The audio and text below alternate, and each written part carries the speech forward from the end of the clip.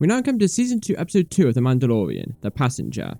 Now this episode is the first in at least a two-part Mandalorian episode, which is something we haven't seen in this series thus far, and judging by this episode and what I've seen here, I'm really excited for it.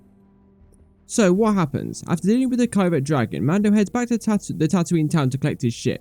While doing so, he comes across this alien who claims that he knows a Mandalorian that could help Mando in his search.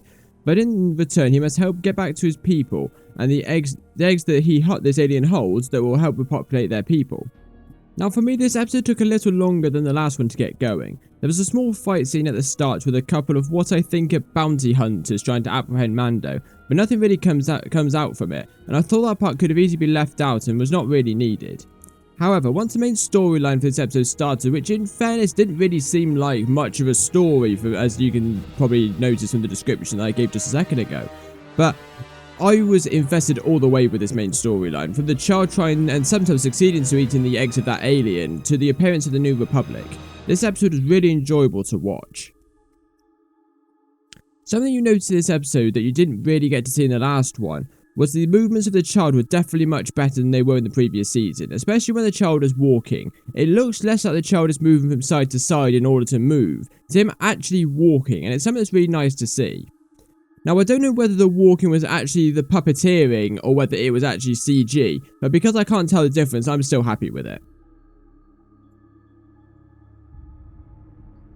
On the topic of puppeteering, in the Tatooine bar you see a lot of different aliens that were either puppets or controlled by people, like animatronic sort of things, rather than it being CG. And also the look of them as well, and the atmosphere of this bar gave me some really good original trilogy vibes, which is what I was really welcoming and something that I was really happy to see. We also get another glimpse of the New Republic in this episode, with two X-Wings pursuing Mando, one of which was David Filoni, which was a nice surprise. I do think the New Republic are going to play a significant role in the season it progresses, especially if we are supposed to see Ahsoka and maybe also Sabine in this series, and it may be the key to Mando run into Ahsoka or Sabine, or maybe the Mandalorian that this alien knows is in fact Sabine and that's how they meet. Maybe not, I don't know, we shall see.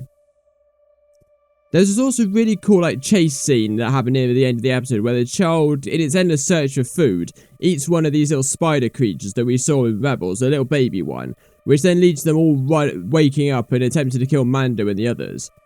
Seeing all the little spiders running around and invading the Razer crest kind of reminded me of the scene in Halo Wars 2, when the Banished released the Flood from High Charity and all the little infection forms started running around all over the place.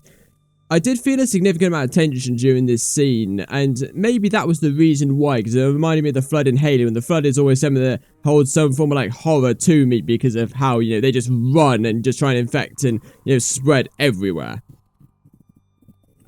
So overall, I really did enjoy this episode. It took a little while to get going, but once it did, I really was invested in it and I really enjoyed it. So we shall see in the next episode to see where Mando ends up and whether he can deliver this alien back to its people.